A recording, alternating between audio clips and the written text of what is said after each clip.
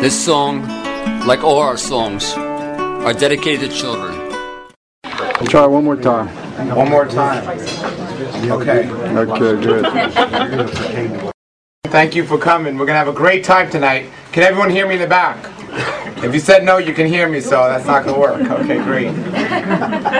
Well, tonight we're going to cover the information that's the latest topic of my newest book called The Formula for Health. But before I do that, I want to get to know everyone in the room, and I want everyone to know me, who I am, and why I'm doing what I'm doing. How many people here have heard me speak before? Great, not too many of you, so my jokes will be nice and fresh.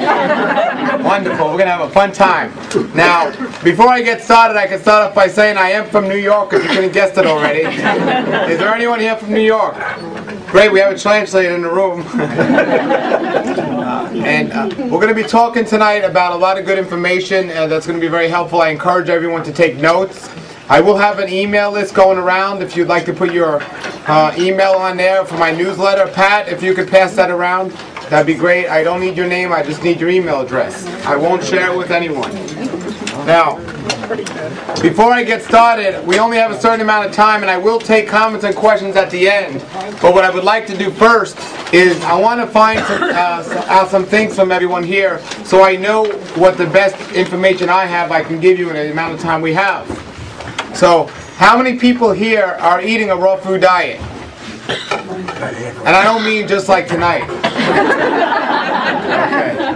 How many people here are eating a diet that's not necessarily all raw, but has a lot of fruits and vegetables in it? Wonderful, wonderful. How many people here are eating a vegan diet? A vegan diet. No animals or any animal products. Okay, wonderful. How many people here are eating a lacto-vegetarian diet? Like a fake vegetarian? No, I'm just kidding. I'm just kidding. That's just a... How many people don't want to raise your hand? Raise your hand. All right. How many people here just came from McDonald's? I just did. I probably visit more McDonald's than anyone else in this room. I love McDonald's.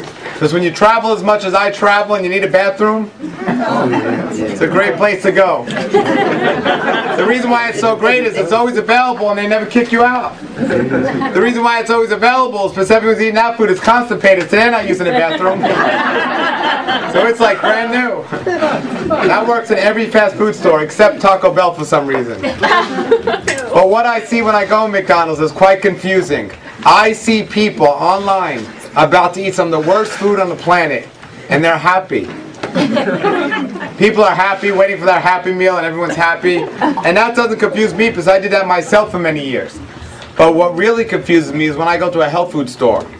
Many times I see people online about to eat some of the best food on the planet, and they're miserable, and they're confused. And I couldn't figure out why that was. I thought to myself, maybe they really need the bathroom and it's not available. But then I realized the answer. Health is more than just diet alone. Health is more than just diet alone. I don't care how good your diet is. If you're not paying attention to the other aspects of health, you're not going to be as healthy as you can be. And you're certainly not going to be as happy as you can be. So we're going to talk about all the different aspects of health, not only diet, but we're going to focus on diet because that's where people seem to be misled and messing up more than any other areas. So we're going to talk about all these areas tonight, and that's basically the topic of my new book.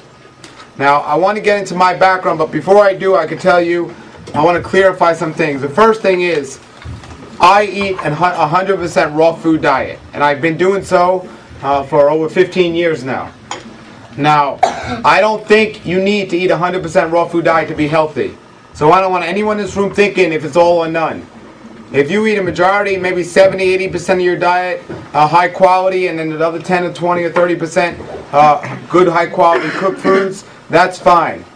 The only reason I don't eat cooked foods is because I just don't have a desire to do so because I love raw food. If I did, I would enjoy some cooked food every now and then and I would be fine. So I want to make that clear. The other thing people always ask me is, how over all these years have I remained to stay so strict or obedient to eating a 100% raw food diet? And I'll give you several answers. The first one is discipline. I'm a very disciplined person. Now when I tell people how I eat, many times the reaction I get is, well, I'm not that disciplined, I can't do that. Let me tell you all something. We're all disciplined for what we love. We're all disciplined for what our passion is. My own brother tells me he's not disciplined enough to eat this way, but this man has a dog that he's walked every single day, 3 times a day for the last 10 years without missing one walk. That takes a lot of discipline. We all have discipline for what we love. The other thing we need if we want to be successful, other than the knowledge, the discipline, we need this other thing which really makes a difference. It comes from the title of a book I once read, one of the greatest books I ever read. It was called Enthusiasm Makes a Difference. If you truly want to do something and you want to be successful at it, you have to consistently be enthusiastic about it. Now, how many people in this room want to be healthy? Now, how many people in this room want to be healthy? All right, that's more like it. You have to consistently be enthusiastic about it if you want to make it happen. So we have to remember those things, and we're going to talk about a lot of different things tonight. And we're going to question you tonight, so don't forget those things. Now, I'm very enthusiastic, I'm very happy, and part of that is, when you're enthusiastic, you can't help but to smile all the time. Smiling is such an important part of being healthy. I smile all the time. People think I'm either very happy or crazy. I'm actually a little of both, because they say you are what you eat, and I eat nuts. Well, let me get into my background, and then we can get into the formula for health, which I believe will help clear up confusion about health and nutrition that a lot of people are very confused with, because they don't really understand the principles to the formula for health. And a lot of people are being misled to do things that truly aren't healthy, thinking they're doing something healthy. They're being deceived. Because of deception, the doctors are making money, the hospitals are crowded, and we're not doing too well. But it's time that changed, and it's going to start tonight, right? Right. Yeah, right. It's going to start tonight, right? I am serious when I say you have to consistently be enthusiastic about this if you want it to work. I met many people who were able to eat a healthy diet for a month, even for a year. But then when I would come back to town, they wouldn't be doing it anymore. When I ask people how many people are eating a certain diet, me. No, I am. Enthusiasm. It makes such a difference. So, how I got into this was when I was growing up, I had no intentions of being a speaker and a writer. I don't even say I'm a writer, I'm actually a typer, because I do it on a computer, I don't write it. But I had no intentions of doing that. What I had intentions of doing was I lived in New York and I was always into fitness. At 16 years old, I started working on Wall Street in the financial district, and I started working with stocks and bonds. I had a special program in high school where they let me go and do that. So my passion was just making money. At that time, I didn't know chlorophyll was the greatest green. I thought it was money. So I was just trying to make money, figure out ways to make money, and at the same time, I was getting myself sick doing it. I met many people who've been sick over the years. I've never met someone who eats worse than I used to eat. On the average day, I used to eat over 8,000 calories a day and over 300 grams of animal protein, and no produce because I hated the taste of fruits and vegetables. This is what my average day was like. I would get up about 4:30 in the morning. I would go on a train to go to the gym to work out. I was a very fit person. I still am. But I would work out 3 days a week. I would box, and 3 days a week I would work out with the weights. I had a 9-to-5 job on Wall Street, so I would get on the train, get there, get to the gym 6:30 or so, go to the city to exercise, and I would be in the gym and be in work 7:30, 8 o'clock. I would come out of work, go under the ground in the tunnel, in the subway. Most people don't know what a subway is unless you're from New York. They think it's just some shop to go get something to eat.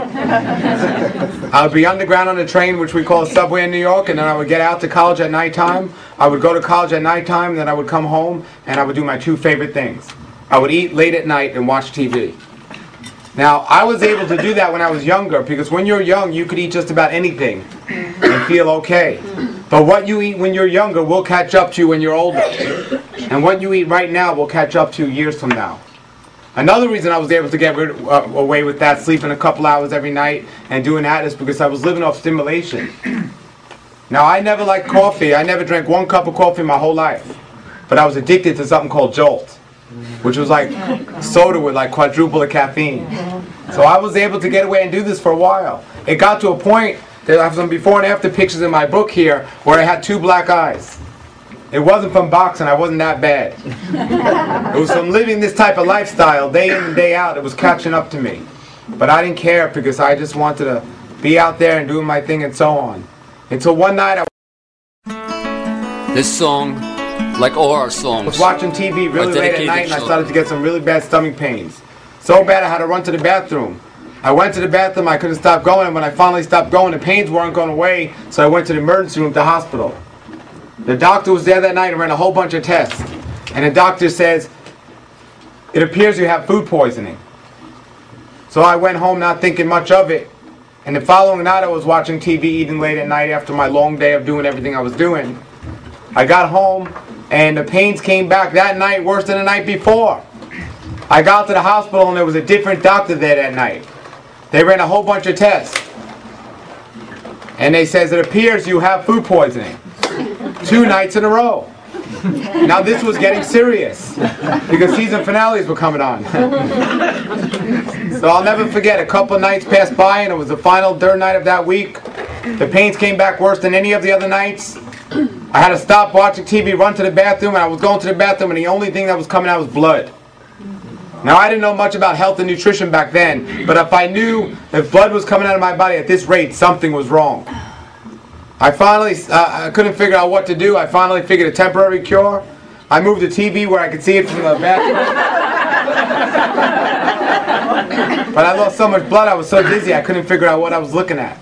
So I went to the hospital and both doctors were there that night. And I said, this is getting very serious. I need to know what's going on.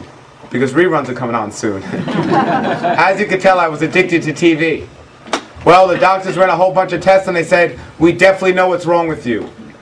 You have food poisoning. 3 times in 1 week they told me I had food poisoning. I thought one of 2 things. Either the doctors were incorrect or somebody was trying to kill me. And at that time I couldn't come up with too many people that didn't want me around back then. So I figured the doctors were incorrect in what they were telling me. And that time I had drug insurance, which a lot of people call health insurance, but I call it drug insurance, but it doesn't pay for health. It pays for drugs.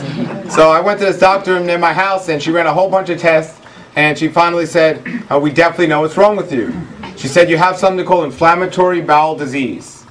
I was so happy when she told me that. She said, what are you so happy about? I said, I don't have food poisoning.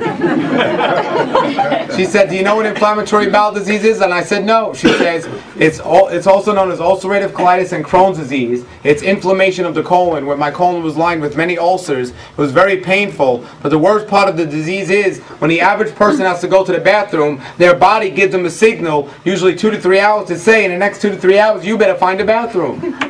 When you have inflammatory bowel disease, this signals 2 to 3 minutes if you're lucky. And you can imagine me living this type of lifestyle, how this was going to mess up my rhythm. So I didn't know what to do. The doctors told me there was no known medical cure. And at 20 years old, she told me there's a high risk for colon cancer. But she said, don't worry, we have a cure for colon cancer. I said, you don't have a cure for inflammatory bowel disease, but you have a cure for colon cancer?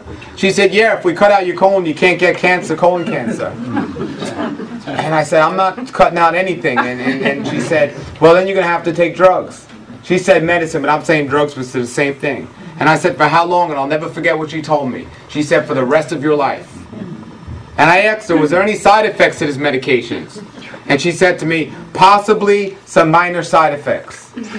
Well, I went to the pharmacist to take it out, and I gave him the prescription, and he gave me back medicine and a paper, and on the top of the paper it said in big red letters, major side effects to this medication. And I said, I think you made a mistake. And he said, why? I said, because my doctor told me there were minor side effects, and this paper says major. He looked at the paper, he looked at the drug, and he said, no, that's correct. So I didn't know who to believe. So I took the medicine, and I found out real quickly that my doctor was incorrect. I started suffering from all these side effects. And I didn't know what to do, but at the time, all I knew how to do when I didn't feel good was go to a doctor. So I went back to my doctor, and I told her I was suffering from all these other things. So she wrote me out another prescription for the side effects to the original prescription. And I said, is there any side effects to this one? And it was like a tape recorder. She said, possibly some minor side effects. Well, I went to the pharmacist and the same thing happened. He gave me this big paper with big red letters, major side effects. This happened several times. Before I was suffering all these side effects, I realized if I didn't die from my original illness, I was going to die from the side effects of all these other medications. I had to figure something else out. So then somebody told me that diet had something to do with my condition.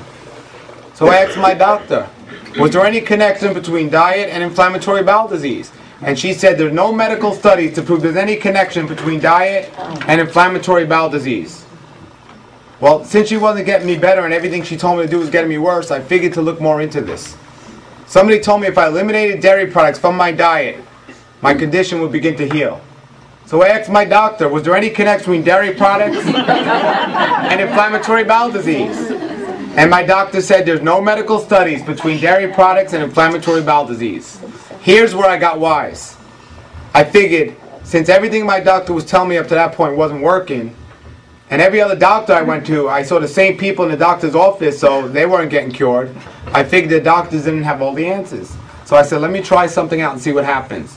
So I decided, without telling my doctor, I would eliminate dairy products to see what would happen. Now, I didn't even know what dairy products was at the time. I knew it was milk because it said in big letters right on the container, dairy milk. But I didn't know it was ice cream and butter and cheese and all these things. And when I found that it was, I realized 80% of my diet had dairy products in it. But I was still determined to get to an answer, so I decided I would eliminate dairy products to see what would happen. And I did, and I started to feel better. So then somebody told me if I stopped eating animals, my condition would begin to continue to heal. So I asked my doctor, was there any connection between consuming animals and my condition? Take a wild guess what she told me. Do you know my doctor? She said, there's no medical studies to prove there's any connection between animal products and your condition. When she told me this, I became a vegetarian like overnight. And it worked. I started to feel better. I was like, this doctor's amazing. Every time she told me to do something, I did the opposite and I felt better. Now, if you want to be the healthiest person in the room, you go to the most popular doctor. And whatever they say, you do the opposite. You'll be pretty healthy. By the way, are there any doctors here? Well, let me clarify something. Some doctors are wonderful and a true blessing. Emergency room doctors, cases of spinal cord injury, plastic surgery after an accident, some chiropractors and some other doctors are truly a blessing. But if we're going to put something in our body that's going to create a pain or an illness, the answer isn't taking some drug to deal with that pain. The answer is to eliminate what's causing the problem. Health doesn't begin with what you add to your diet, it's what you eliminate. So here I was now eating a vegetarian diet, feeling okay but not completely better. Now I didn't know it at the time, but I was eating a junk food vegetarian diet, falling for the same trick most people fall for. If it says organic on the box, they think it's healthy. So if you have cookies, then you have organic cookies, you think it's healthy. But guess what? It's still cookies. So I didn't know any better, and I was eating this junk food vegetarian diet, but it was an improvement than what I was eating. But I wasn't completely better, and I wanted to be. So then somebody told me stress had a lot to do with my condition. So I wanted to be sure about this, so I asked my doctor. I said, is there any connection between stress and my condition? And she said there's no medical studies to prove there's any connection between stress and your condition. So when she told me that, I knew I had to reduce the stress in my life. So I eliminated my doctor. Right away I felt better. Now let me clarify something because I am from New York. I didn't like eliminate my doctor. I just stopped going to see her. I just want to clarify that. So here I was. I wanted to continue to eliminate the stress. I eliminated my doctor and I wanted to move to a more stressless environment. This was about 17 years ago, and I looked all over the country, and I chose West Palm Beach, Florida. Now, when I moved down there back then, there wasn't too much stress going on. People knew how to vote down there at that time. It was a very stressless environment, so I get down there, and I remember I kept seeing this van pass my house. And I remember I recognized the van every day, but it had a word on the side of it that I couldn't pronounce. So I knew it was the same van, and it was the same fella driving the van. So then finally I said to myself one day, if I see that van one more time, I'm going to follow it to see where it's going. So the next day the van comes speeding down my block, and I get in my car and follow it to see where it's going.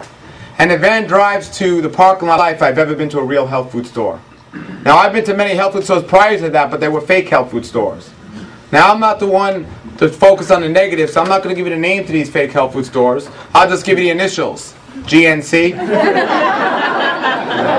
Oh, they have that here? Okay. So the van stops, and I stop my car to see what's happening, and it's a real health food store now, and the back door swing open very slowly, and I see about 6 of the most sickly looking people I've ever seen practically fall out of the back of the van. And then the front door swings open very quickly, and I see one of the healthiest people I've ever seen come out of the front of the van, and he starts walking towards the health food store, and they start following him. So I wanted to know what was going on, so I just tagged along the back of the line, hoping. This song, like all our songs, are dedicated to children. So we get to the front of the health food store, and he says, I'm going to tell everyone what's healthy in a health food store and what isn't. And all I was thinking to myself was, I hope he doesn't take us over to the produce department, because I hated the taste of fruits and vegetables. Did I mention that? Take a wild guess where he took us. Right over to the produce department. And he says, here it is, fruits and vegetables. That's all you need to get better. And I said to him, what happens if we don't like the taste of fruits and vegetables? I'll never forget, he looked at me and he said, who are you? Well, I told him who I was, and I told him what I was doing there, and I said I had something called inflammatory bowel disease, also known as ulcerative colitis, and Crohn's disease, and I'd like to get rid of it. And he said, we could do that with no problem. I said, no, I don't want to cut my colon out. He said, why would you say something crazy like that? I said, because that's what my doctor told me. He said, no.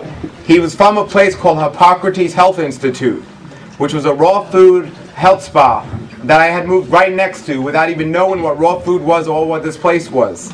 And that's why I kept seeing a van. And sick people from all over the world go there.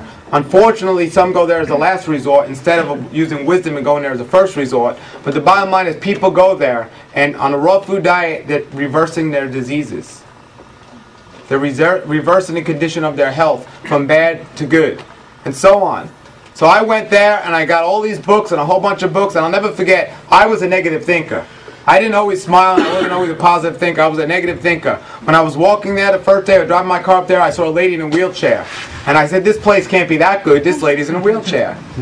So I got all these books and everything else. I went home and I read them all. By ladies named like Ann Wigmore, by Brian Clement, who was actually a fellow at the health food store, by Victoria Skovinskis, and all these other health authors. And I got all these books by them, and I went home, and I spent 3 weeks just searching those books. Didn't leave my house for 3 weeks practically, just read those books.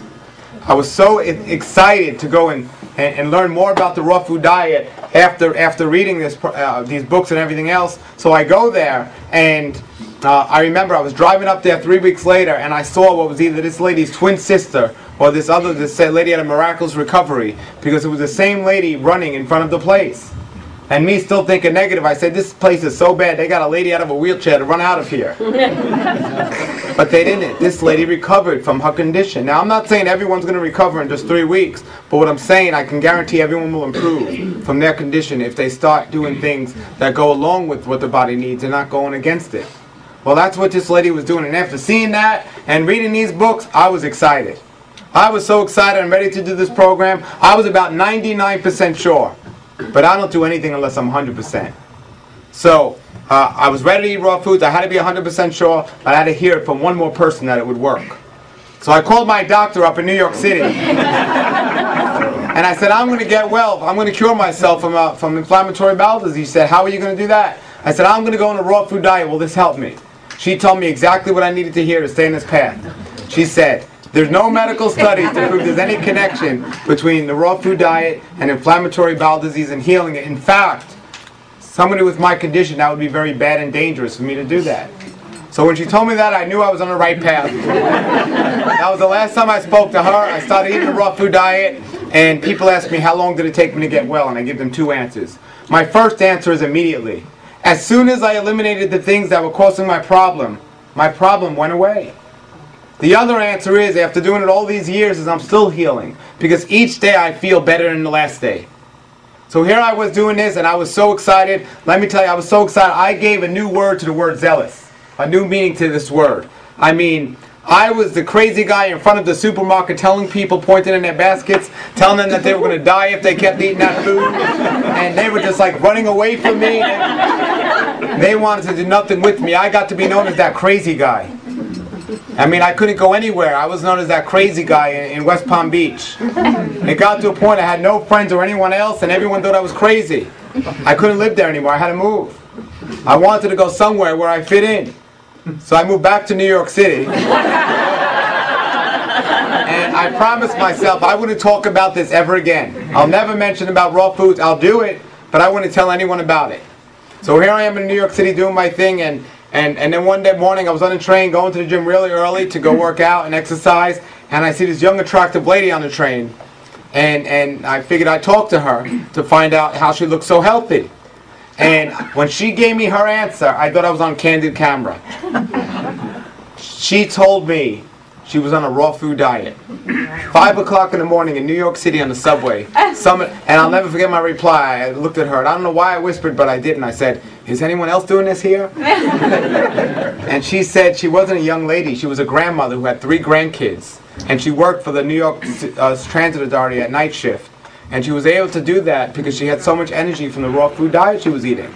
And she said, and perhaps there were 2 groups that were doing this there. One of them was led by a fellow named Matthew Grace, and another of them was led by a fellow named David Jubb, who to this day are still teaching these. So I went to these groups and I continued to teach raw food within these groups, but I wasn't going to talk about it outside of these groups. Until a friend of mine called me up one day who hadn't known my story. We lost touch because he went away to medical school. And he didn't know my story, and he called me up one day and he said he had something called inflammatory bowel disease. Have I ever heard of it? And I said, not only have I heard of it, but I've cured myself of it. He says, did you get your colon cut out? I said, no. Why? He said, because in my medical school they say that's the only cure. I said, no, I simply changed my diet and my lifestyle and I got better. He said, that's impossible. I said, why? He said, it's because in medical school they teach me there's no connection between diet and the condition. I asked him if he knew my doctor. He actually didn't know my doctor, but that's what they trained in medical school. Doctors aren't trained to cure illness. They're trained to control it. They don't know. They're legal drug dealers to a certain degree. They don't know what's better or not. And I convinced him. I said, you know what? This is what I did. It worked. You got nothing to lose. Why don't you try it? So I convinced him to try it. He told me he asked me what he should do. I said, go on a juice diet, fresh juices for 24 hours, and we'll take it day by day. And he said, you sure? I go, I'm telling you, it's going to work. We'll take it day by day. It has to be fresh juices. I said, I'll even come there and help you make the juices because I know how it is to live with this illness. He said, no, I'm a doctor. I know it all and I can take care of it. I said, call me tomorrow. That evening, his mother called me up screaming at me, telling me I tried to kill her son. And if I ever spoke to him again, she's going to call the police and have me arrested. And I didn't know what was happening, but I wasn't looking to find out so soon. Well, a couple of days later, he called me up from the hospital. And he said, I'd like you to come down here. I'm in the hospital. And I said, is your mother there? And he said, no, why? And I told him, never mind, where are you? I went to go visit him. As soon as I went in the office that day in the room, he said, that crazy thing you told me to do with the diet almost killed me. I got rushed to the hospital. I said, I'm so sorry. I don't know what happened. I'm not going to tell anyone about this anymore. He said, but I don't have colitis anymore. I said, wait a second, it worked. He said, no, I got rushed here, and I had to remove my colon. And I said, I'm never going to talk about this again. And I never was going to mention anything about raw foods ever again until I asked him one more question. And when he gave me the answer, that changed my life. The question I asked him was, what fresh juice did you fast with? His answer, Gatorade. What fresh glow-in-the-dark blue fruit will give you glow-in-the-dark blue fruit juice? It's not out yet. I hear they're working on it. Don't be too surprised. I guarantee you the majority of people out there in the world believe that Gatorade is fresh juice because you have Michael Jordan on TV saying it's fresh and so on. People don't know the difference. Little kids think it's fresh. People think it's fresh and it says made with fresh juice and that's what they think. Well, we know it's not. So that right then and there, I decided I was going to spend the rest of my life, I don't care how many people call me crazy, letting people know what true health was and so on. And I was thinking, how can I get this done? How can I get this message out there? And at the time, there was a lot of these infomercials on TV. We had the Juice Man, remember that guy? With the small eyebrows and the low energy? Well, he was on TV, and there was other lady, Susan Powder, Stop the Insanity, remember her? And I was like, that's it. I'm going to have an infomercial on late night TV. I actually wanted it on daytime TV, but I didn't have the money. I'm going to have an infomercial on late night TV about the raw food diet that's going to help change everyone's health. Has anyone here seen my infomercial on late night TV? That's because I haven't had the money yet to do that anyway. I once asked that question and somebody actually raised their hand. It must have been a vision or something. It left me speechless. But I had to come up with the next best idea. And the next best idea was to write a book. And I traveled all over the world meeting people who've been eating the raw food diet for many, many years. And that's when I came up with this book, The Raw Diet, The Raw Life, Becoming Natural in an Unnatural World. And there are interviews with many people who have been eating a raw food diet for many, many years. And there's also before and after pictures in here. This song, like all our songs, are dedicated to children. I also became a raw food chef, and there's recipes in here as well. There's before and afters, and so on. And then I went on to write this next book, Raw Knowledge, Enhance the Powers of Your Mind, Body, and Soul, which is more interviews with people, other people who've been eating this way for a very long time. Then I went on to write this book, Healing Inflammatory Bowel Disease.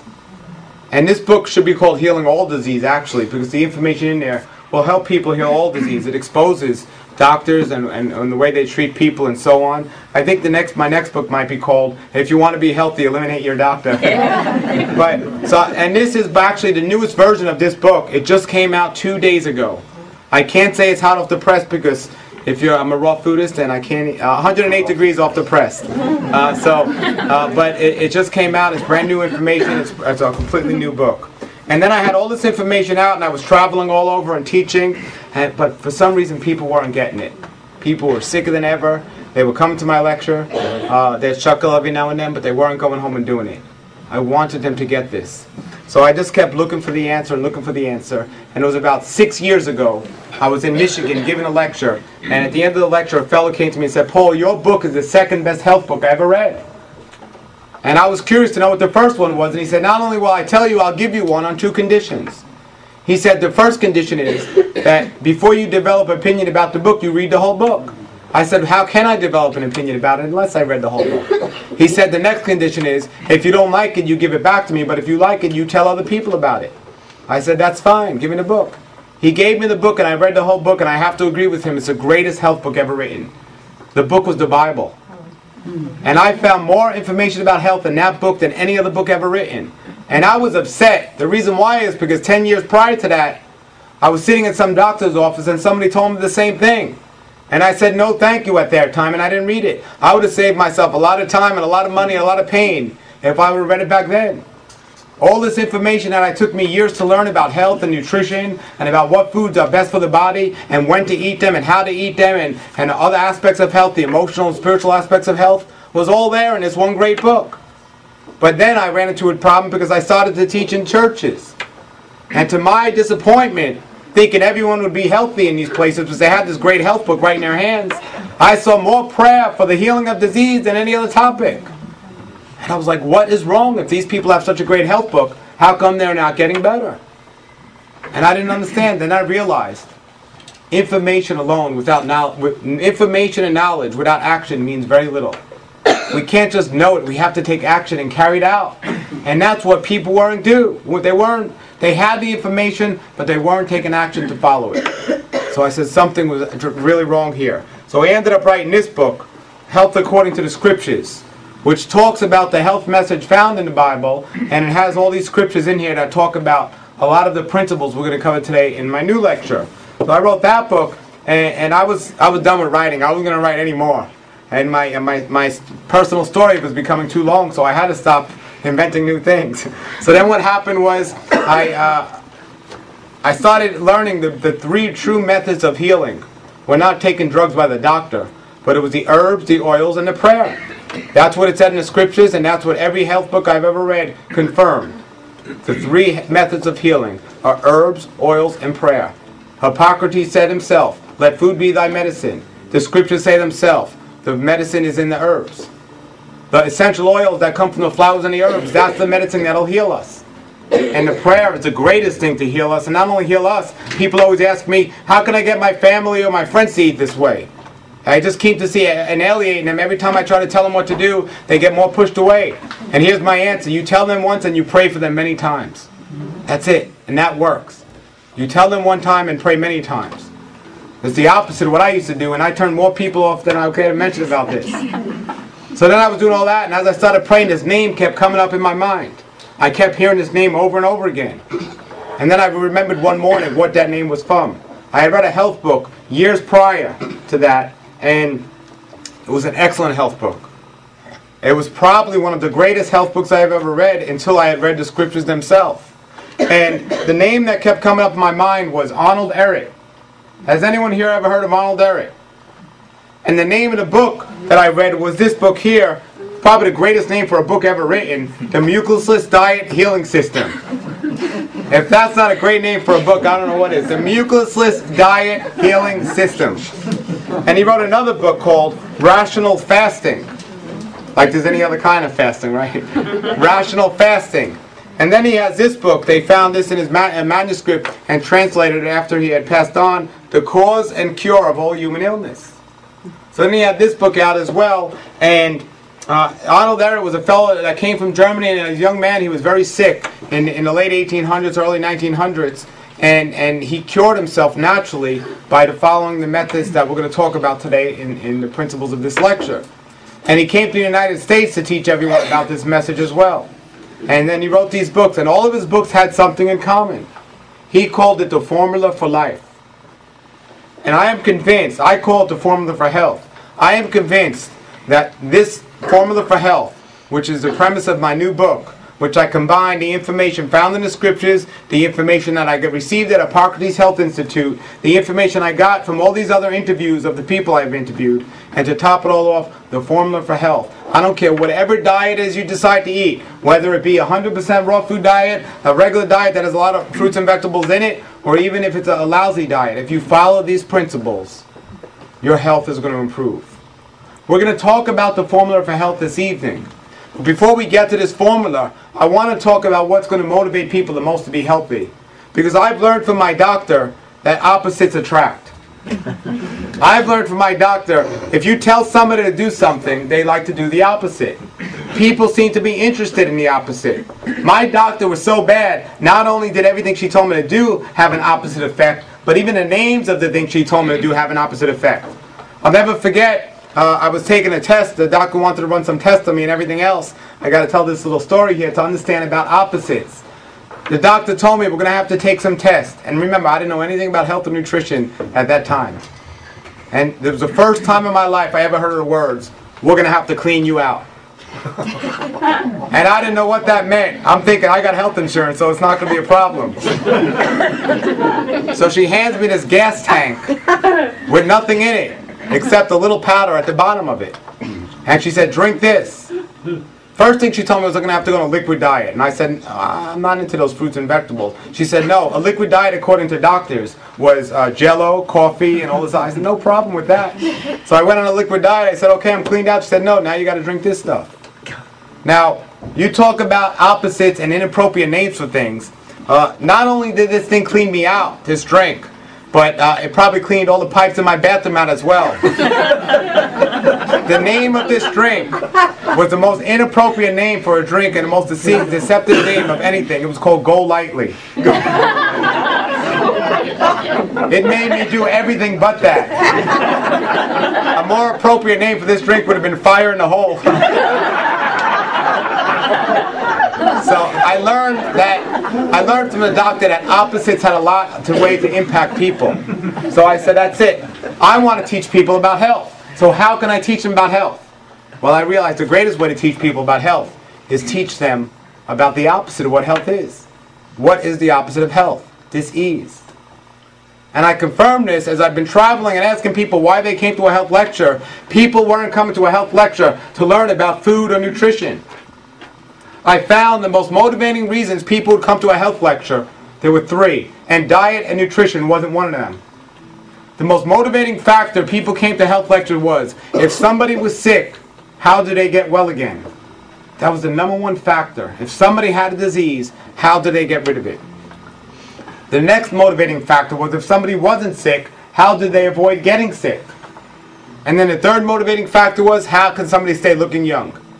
Now, if somebody could be convinced that diet and nutrition has something to do with accomplishing these goals, it's then they start to look at diet and nutrition. But unfortunately, a majority of people today have been convinced and deceived to believe that they can accomplish these goals without changing their diet. How do I know that? Because when I still go in these fast food places, this song, like all our songs, and dedicated to know we have a disease, we have to know how to identify it.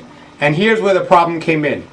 I would ask people, how do we know we have a disease? I would ask people, what is disease? What is disease? Disease is simply another word for discomfort. That's all it is. Disease is another word for discomfort. There's only one disease in today's world with many different stages. Doctors have given all these stages different names, but there's one disease with many different stages. The final stages are things like cancer, heart attack, strokes, and things like that. But nobody wakes up one morning and suffers from these things without experiencing the beginning stages of disease. What happens is they don't identify the beginning stage of disease, or they ignore it, and it keeps coming back worse and worse and worse. I would ask people, how do you know you have a disease? And the dangerous answer I get would be, I feel. If you're waiting to how you feel to determine you have an illness, chances are you're going to be in the latest stages of disease before you even realize something is wrong. Why is that? Because when the body is toxic, it cannot give a true response. When the body is toxic, it'll give a false response. Here's an example. When I was a little kid, I could eat a gallon full of ice cream and not feel sick. Now I can take 1 tablespoon of ice cream and feel sick. The cleaner you become, the truer the response comes, and your body will react to toxic things more appropriately. But when you're toxic, you can eat a lot of bad things, and your body's not going to respond, even though you're creating a lot of damage. So, by waiting how you feel is not the best way to determine that you have a disease. Remember, there's one disease with many different stages. Now, even if you suffer from the final stages, we're not going to focus on them tonight, because I believe if you look at the beginning stages, you never have to worry about the end stages. But even if you suffer from the final stages, something like cancer, understand that the body, as long as it has energy left to overcome the illness, when you start doing something right, even if it's just one little spark of energy, you can overcome any illness. And the amazing thing is, there's no medical test, there's no medical doctor out there that can tell you when the body has no energy left and it cannot come back. This is why I tell people, no matter what anyone tells you, you should never give up trying. There's nobody could truly tell you when your body doesn't have enough energy to come back from any illness if you start doing the right things. And if it doesn't have enough energy left, no matter what you do is not going to work. So you might as well just do your best to try and see what happens.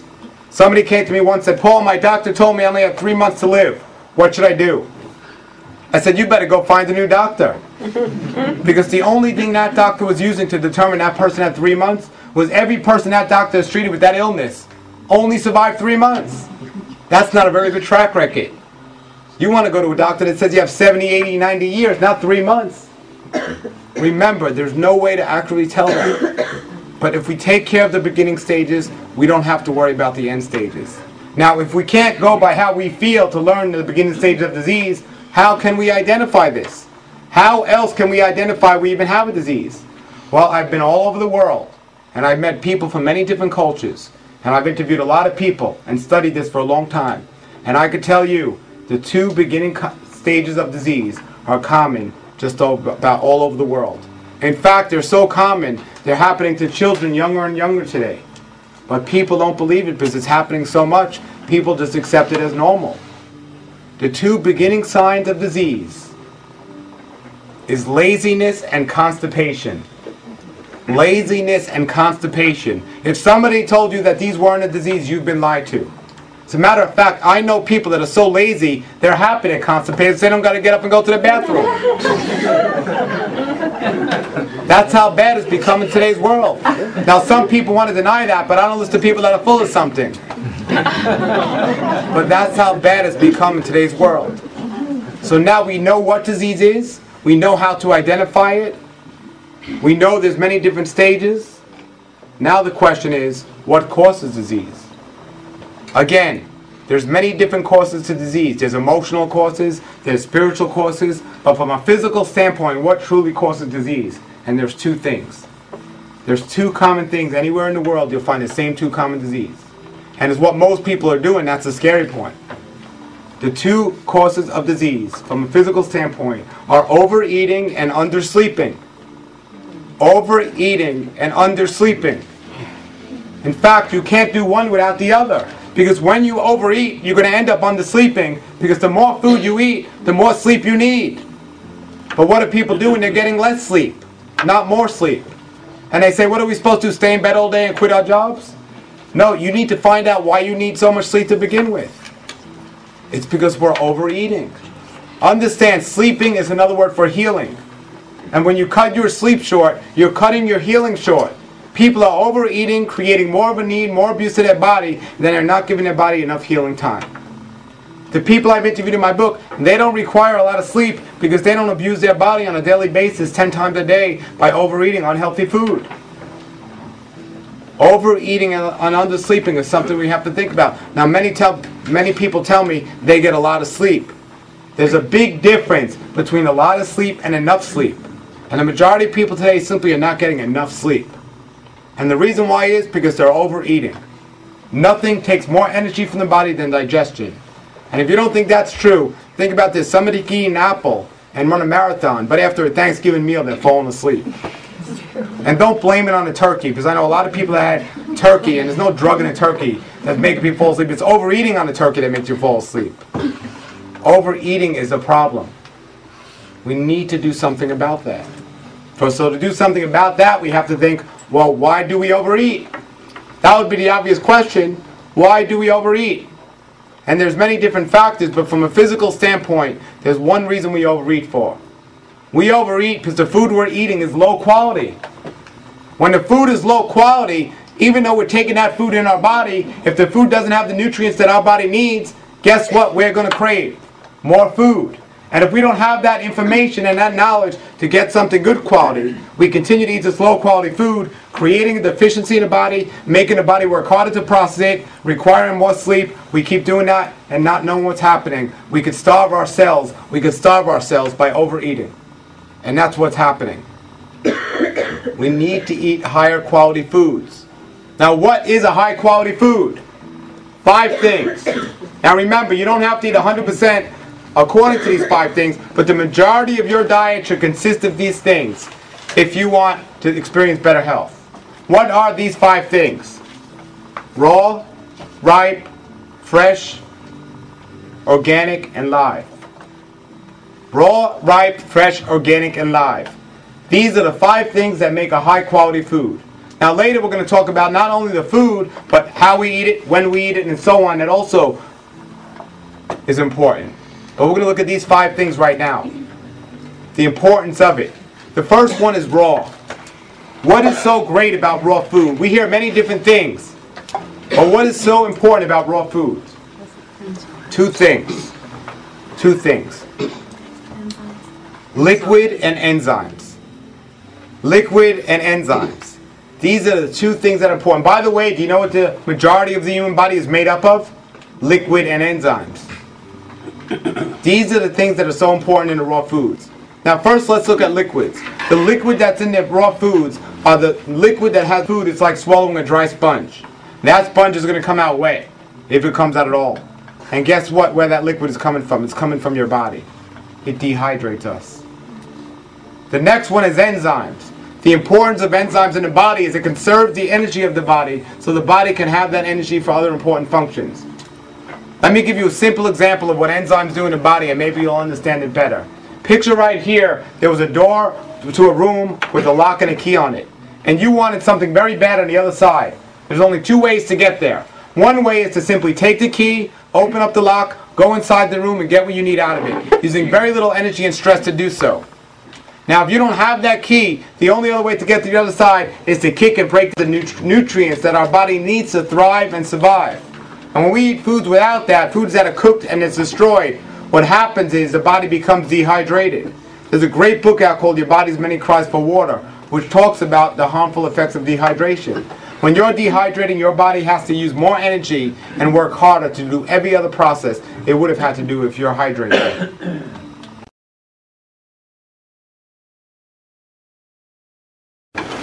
Now we're going to continue with Arnold Ehret's formula for health. But we must be careful and we must remember to use technology with wisdom, and it could save our life. But if we use it with no wisdom, it can destroy our life by making us lazy, weak, and tired. The formula for health, as I said, came to me when I read this book by Arnold Ehret, The Cause and Cure of Human Illness, which pretty much sums up his other book, The Mucosal Diet Healing System and Rational Fasting. Now, I don't want anyone to get the wrong idea about his book. He talks a lot about some things that have to be translated to today's times. Like, for example, he talks about eating a high fruit diet. We're going to talk about why that's not ideal today to do that.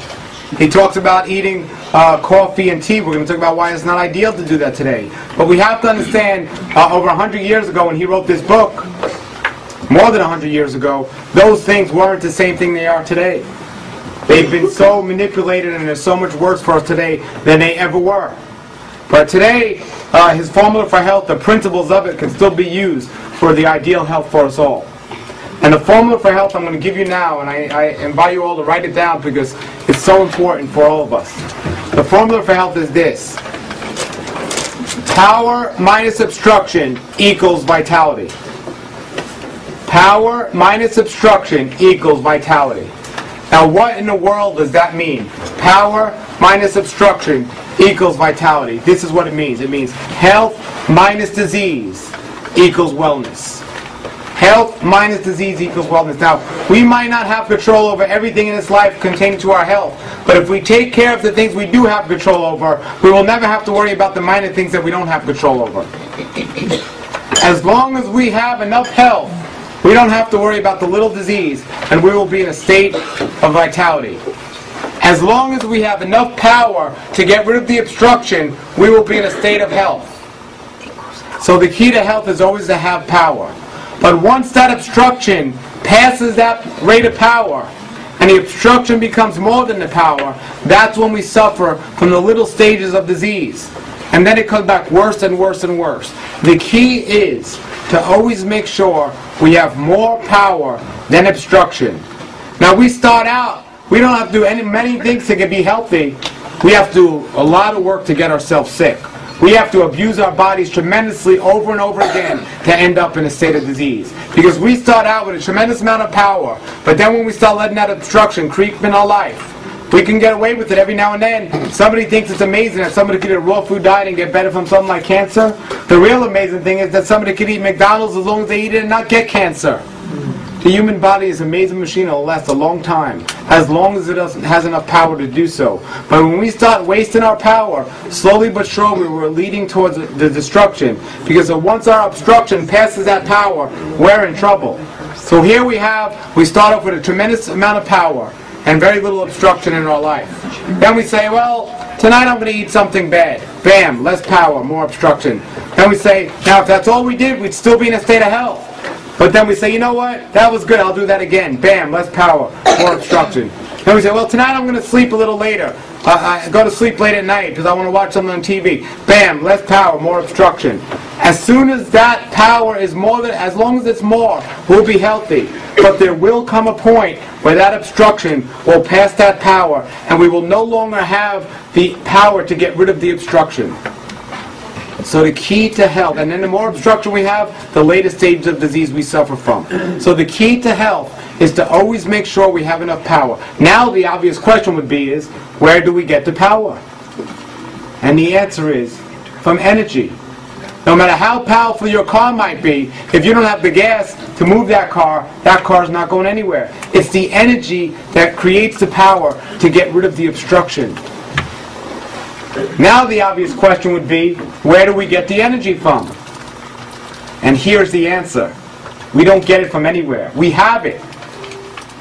We lose it when we waste the energy on things we shouldn't be doing, like overeating, not even eating the foods that are ideal for us, eating too late at night, not getting enough rest, not getting enough sleep, getting stressed out about things we shouldn't be getting stressed out about. We have all this energy, and when we waste it, we're lessening our power and building the obstruction. When we get the proper amount of sleep every night, when we eat the foods that are created and meant for us to be foods, the fruits and the vegetables in a raw, ripe, fresh, organic, live state, every single night we will recharge our batteries, and we will always, always have enough power to create enough energy to get rid of that obstruction. Always. When I read the Bible and then I wrote this book, Health According to the Scriptures, I found two amazing things. I found many amazing things, but two of the amazing things that I wrote about was, number one, was that our Creator never wants us to suffer from disease. He wants us to be healthy. And the other thing I read was, we can die before our set time, based on the way we live and what we do. If we listen to what He told us to do, we will always have enough energy and power to get rid of the obstruction.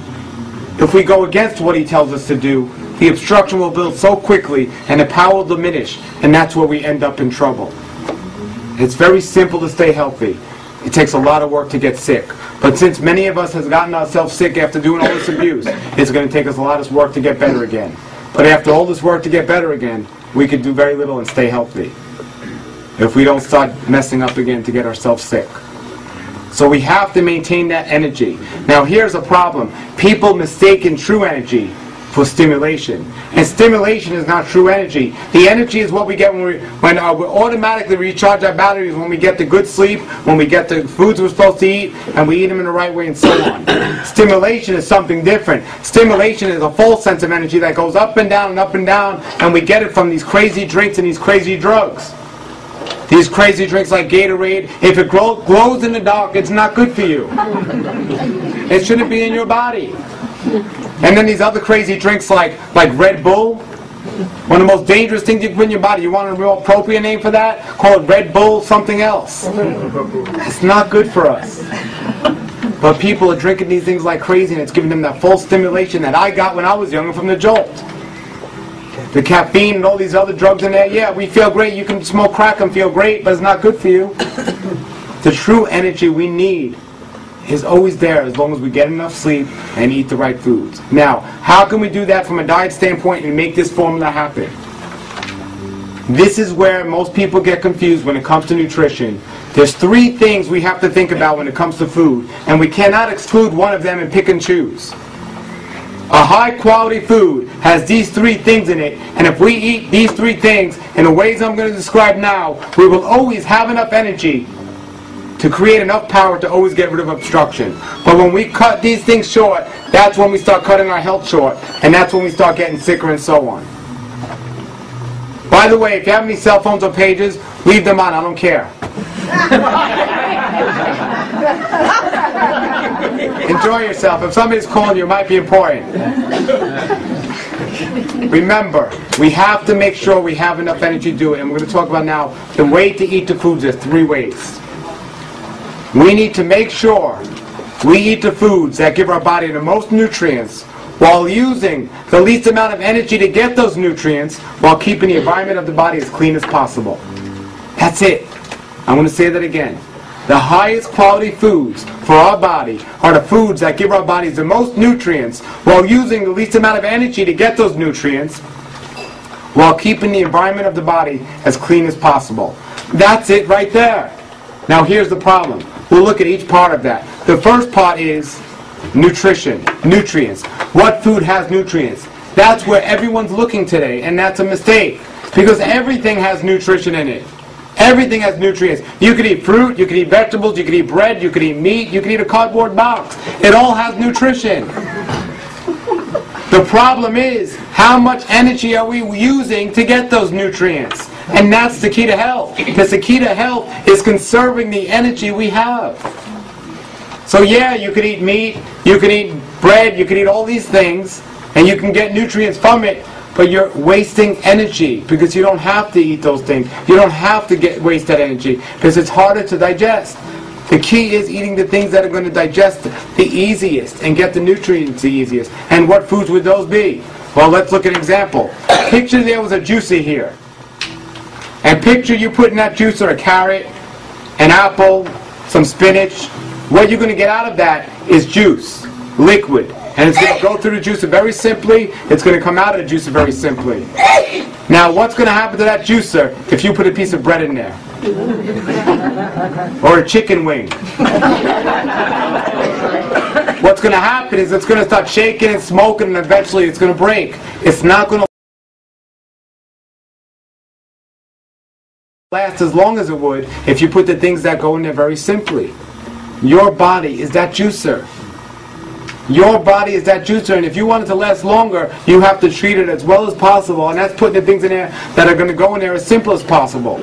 But it's not only the food, it's also the time you eat, and what you eat, and how you eat that determines how much energy you conserve or waste. What do I mean by that? I don't care what food you're eating, I don't care how good it is for you. If you're eating food right before you go to sleep, you're wasting a tremendous amount of energy. One of the worst things you can do for your health is eat right before you go to sleep. Because that's when the body should be sleeping and resting, not digestion. But people are doing that every day, and they're running into a tremendous amount of problems. We continue to look at other reasons why we waste energy. food combining. If you eat the proper foods in the right order and the right combinations, it digests much more easier. For example, you eat a watermelon with a cantaloupe, they both have the similar amount of liquids in it, and they digest in a similar amount of time. Now, if you eat watermelon with a banana, they're both great foods separately, but together they make the body work much harder to digest them because they have different amounts of digestive time. Another way to help the body conserve energy is take digestive enzymes with the food. It helps conserve the energy of the body like we discussed. There are many different things to do this. Another common way I found that people don't do, and remember, these are just simple ways to conserve energy with the what foods to eat, what time to eat them, how often we eat, and so on. Here's another one, is I had some dogs, and I would feed the dogs, I would put the food on the floor, and before I got up, the food was gone. And I said I'd never seen somebody eat so fast. Until I went to go eat with people. We need to slow down and realize there's a saliva in our enzyme. There's an enzyme in our saliva that helps us digest the food. When we liquefy that food in the mouth, when it gets to the body, our body has to do less work. Dr. St. Louis Estes wrote a book called Raw Food and Health in the early 1900s, and it stated, any food that's swallowed, that's not properly liquefied, will putrefy or ferment in the system. In other words, it will use a lot of energy that we don't have to use. This is why juicing our foods and blending our foods are so helpful, because it's liquefied before we take it in, so our body has to do less work to break it down. But the real problem is, we simply don't chew our foods well enough. You know, I've had many dogs, and I've seen many dogs in my life. I've yet to see a dog do something that I see people do. I've never seen a dog bark with food in its mouth. But I see people talking with food in their mouth all the time. We need to chew our foods. Even if you eat fast, chew your food. I'll wait till the end of the story, chew your food. But that's what people are doing. They're not chewing their food, and then they're getting upset stomachs. They're eating right before they go to sleep. They're not eating good food combining foods. They're not eating the foods that have the liquid in them, and then they worry why they wonder why they don't feel good. So then they watch the news so somebody could tell them what they've done wrong, making it even worse. I've seen this thing on TV the other day, I couldn't believe it. They have this thing to exercise. For your own stomach, and it makes you do exercise if you're too tired to do exercise. Now you just put a thing in the stomach and it exercise for you. I couldn't believe it. I was at somebody's house. They were actually eating while they were watching that thing on TV with the thing on their stomach. And they were wondering why they weren't losing weight. You know, if things are too simple, there's probably a reason why. And that's how crazy this world is today. We have to eat the foods that have the most nutrients, the fruits, the vegetables, the live sprouts. And we have to eat them in a way that's going to conserve our energy, not waste our energy. That is the key. That's two parts of it. And then the third part is keeping the environment of the body as clean as possible. The foods that will support a clean environment. I can just give you one hint. It wouldn't be dead animals. It wouldn't be anything other than fruits, vegetables, nuts, and seeds that produce the probiotics and the enzymes in the system to help maintain a good environment and a good body. Now, can somebody eat meat? Can somebody eat animal products and be healthy? Absolutely. Absolutely you can. If you follow all the other principles of health here, by not overeating, not eating late at night, you can certainly eat some cooked food. You can certainly eat some animals if you choose to. You can eat some bread if you want to. But the majority of your diet should be these foods that keep the environment of the system, the environment of the body clean. And those are the fruits, the vegetables, the nuts, and the seeds, and the sprouts. Now, we look at keeping the environment of the body clean, we look at two things. The first thing we look at is the bacteria in the body. If you have a healthy gut with good bacteria, good strands of bacteria, which is known as probiotics, your body is going to be in a state of health. And if you eat something bad or you have a parasite, if something goes wrong, your body is going to be able to fight it off very simply. But if you have a toxic environment, if you have too much bad bacteria, it creates an environment for candidas and yeast infections and all these other things to grow and multiply. And candida, and it just takes over. The majority of people today suffer from these things because they're not taking care of the environment of their body. And the other thing it means is the condition of our blood. Dr. Otto Warburg, a Nobel Peace Prize winner, stated years ago, cancer can only thrive in a non-oxidative environment. Well, every disease, from candida to cancer and everything in between, can only thrive in a non-oxidative environment. What does that mean? That means if you have a blood system with less oxygen that's supposed to be in there because of your overeating and foods putrefying and fermenting, you're going to suffer from disease much quicker than if you had a well oxidated system, a system with a lot of oxygen in it. Well, how do we get that? We look at the foods we eat.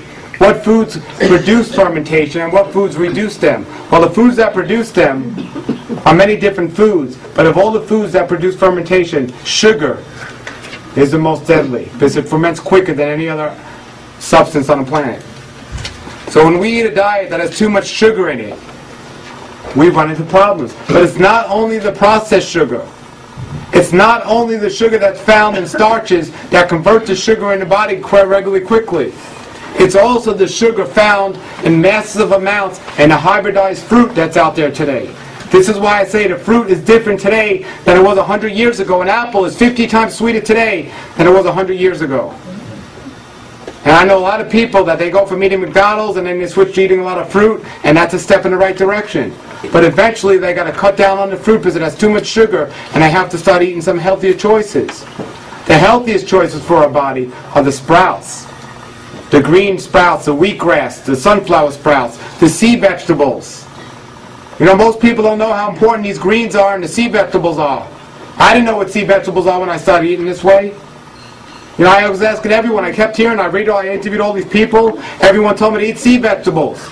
I was going out to everyone, what are sea vegetables? And then one day somebody told me, they threw a whole bunch of vegetables in front of me. They said, you see? Sea vegetables are another way to say seaweed. They say, you mean that stuff you kick on the beach? That's exactly what I mean. And then people with the excuse, oh, I can never eat that, I hate that. And then they go eat sushi. Guess what that's wrapped in? We have to understand these things are the highest quality foods you can eat from the ocean are the sea vegetables, not the sea fish. The highest quality foods you can eat from the land are the wild edible green herbs and so on. And the sprouted nuts and seeds and fruits and vegetables and grains and beans. Sprouted, raw, uncooked. These are the highest quality. Is it available to us? Not only is it available to us, it's the cheapest way to eat, the simplest way to eat, and the quickest way to eat. You can get 1 pound of sprouts and make over 5 pounds of food. And has more nutrition than any other food you could buy anywhere. But people are just complaining and saying this and saying that and making excuses and so on. We have to understand this if we want to be healthy. We all have the capability and the opportunity to do this. We need to keep the condition of the blood clean. And we can make this happen. So now we have this formula for health. Now we have the equation to get the formula for health, eating the foods that are going to give us the most nutrients while using the least energy to get those nutrients while keeping the environment of the body as clean as possible. And by the way, when you eat raw foods, it makes you talk very fast. But we're in the Northeast, so I can get away with that. So we need to make sure we do this. Now I'm going to give you 4 steps to make this happen. I'm going to give 4 steps how we can all start this in our lives immediately.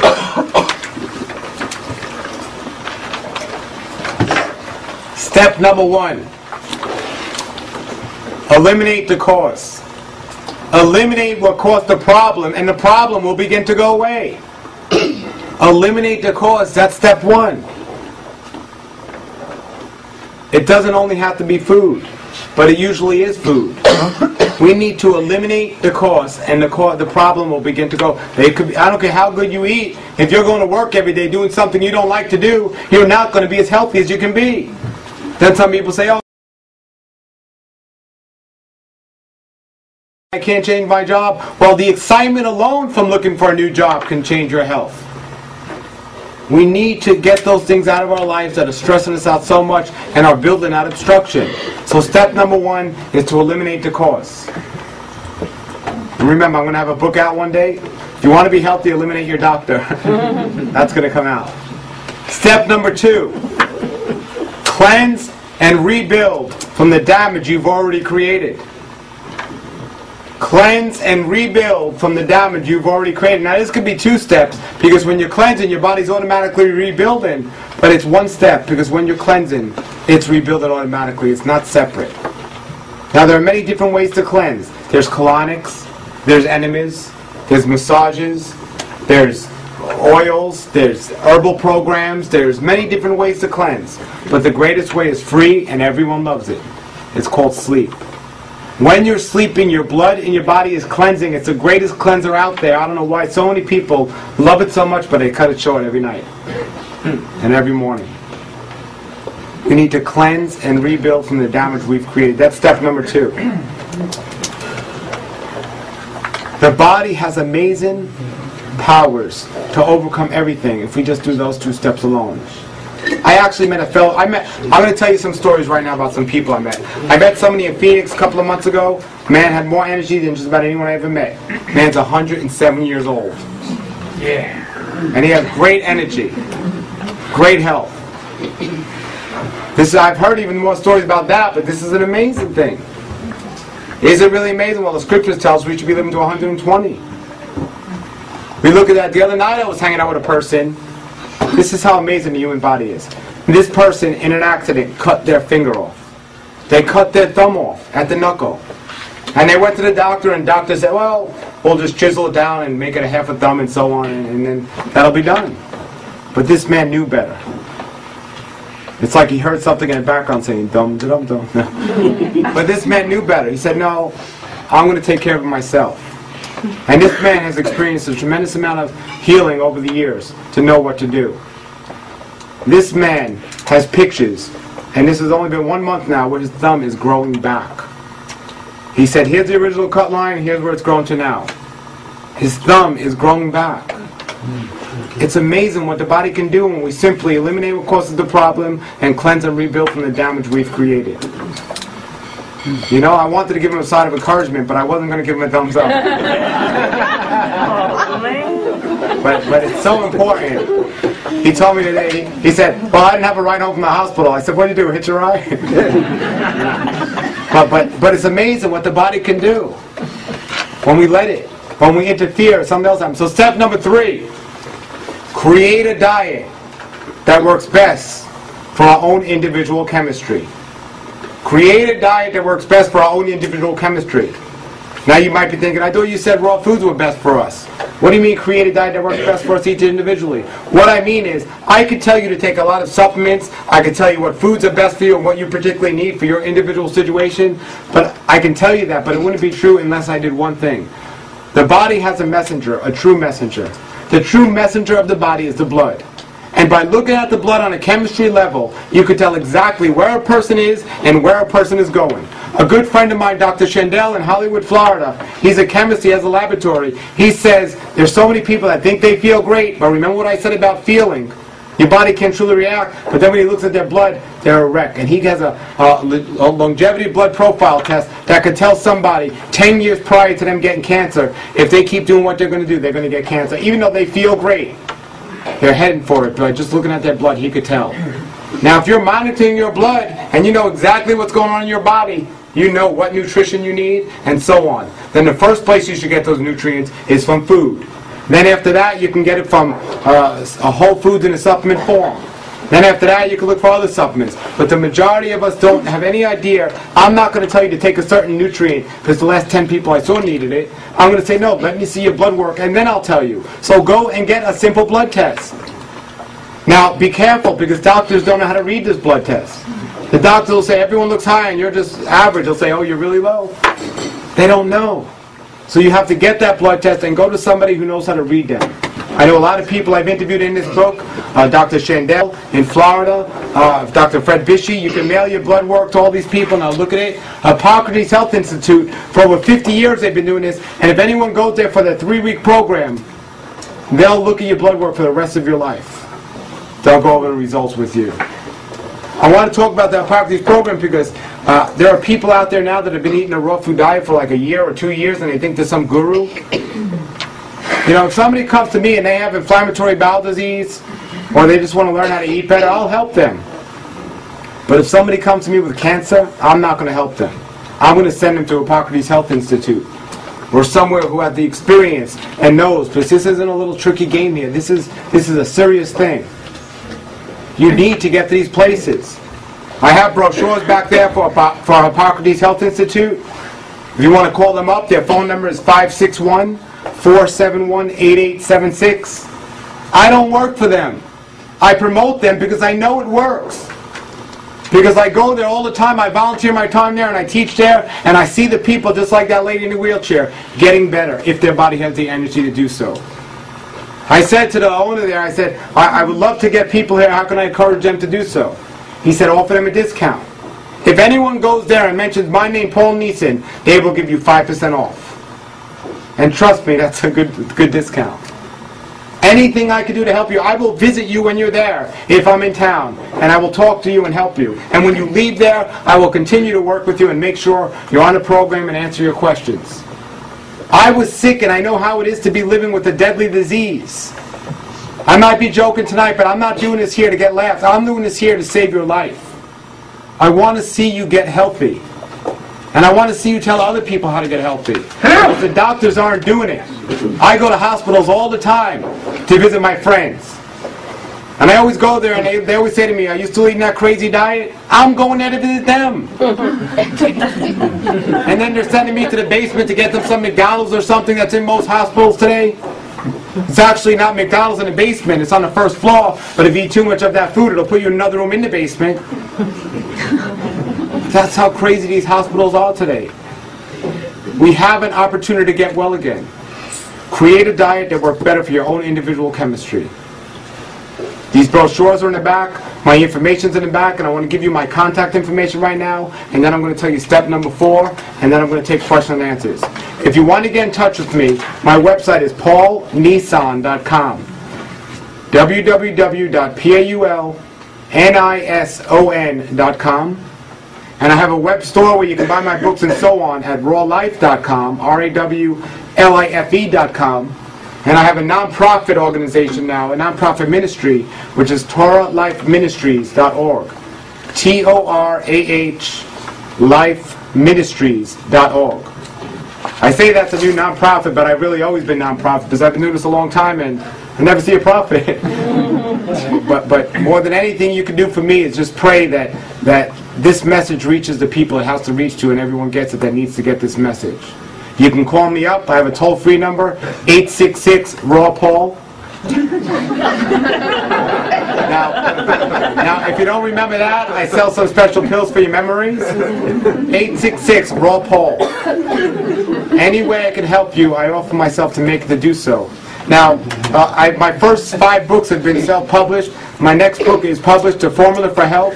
It's not here tonight because I'm working with a publisher for the first time. But it is coming out in the next 2 weeks. And if anyone wants to order it tonight and pay for it, I can have it sent right to you, right from the publisher. And you'll have it before anyone else.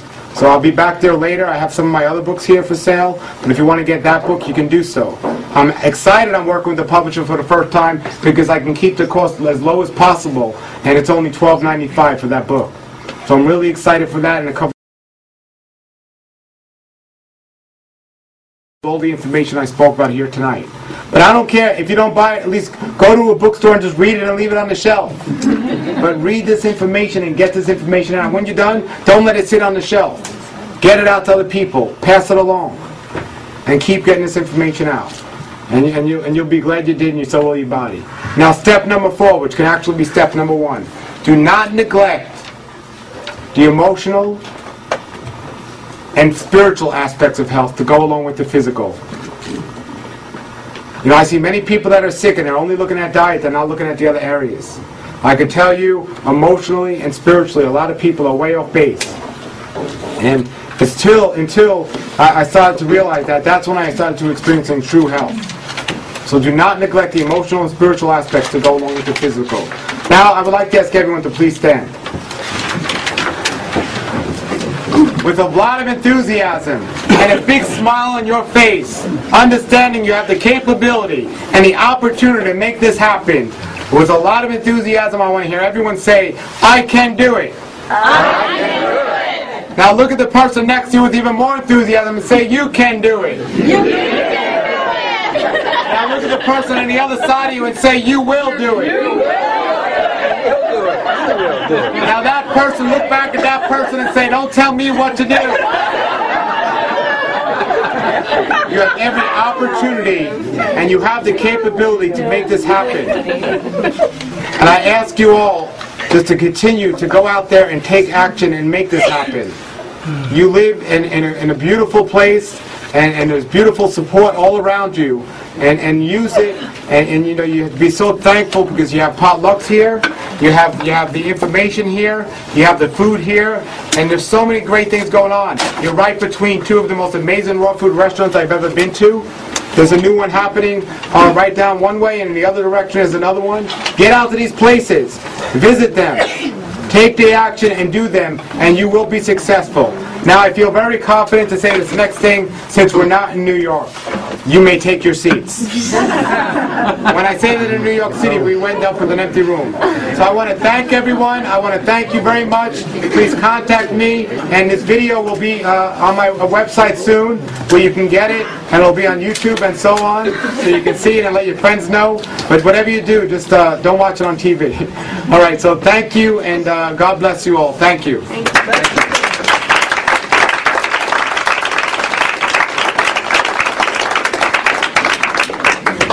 Okay, now, I'm going to take questions and answers from everyone. How's everyone doing? Good. Everyone okay? Is everyone good? For anybody, if you haven't paid with Paul, you can pay right up here at the table if anybody hasn't paid their $10 for tonight. Okay, that's all I want to say. Pat, I didn't hear you. Can you say that again? If you didn't pay Paul his $10, please pay it up here at the table. And by the way, who signed that email list? Is it going around? Yeah, we got it, Paul. Great, great. Thank you all very much again, and I want to take some comments and questions and so on, and so we can start now. By the way, I do take credit cards.